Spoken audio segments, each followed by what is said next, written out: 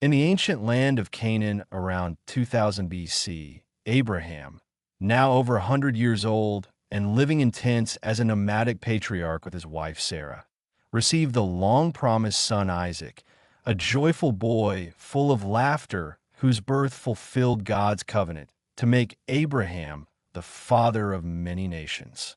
One fateful morning, God tested Abraham's faith with a heart-wrenching command. Take your son, your only son Isaac, whom you love, and go to the land of Moriah, and offer him there as a burnt offering on one of the mountains I will tell you. Without hesitation, Abraham rose early, saddled his donkey, split wood for the sacrifice, and set out with Isaac and two servants on a 3-day journey, his obedience silent yet resolute despite the agony in his soul.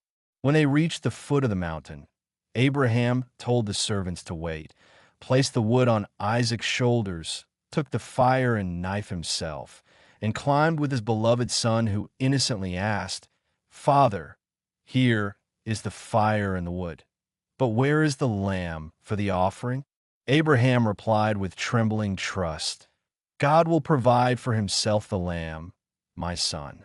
And just as Abraham's radical faith challenges us to surrender everything to God, I encourage you today to praise the Lord Jesus Christ, the true Lamb who was provided for our ultimate sacrifice. Drop a comment below sharing how God has tested or grown your faith, and let's glorify Him together. At the summit, Abraham built an altar, arranged the wood, bound Isaac, laid him upon it, and raised the knife to obey. But the angel of the Lord called from heaven, "Abraham, do not lay your hand on the boy." For now God knew his fear and obedience were complete.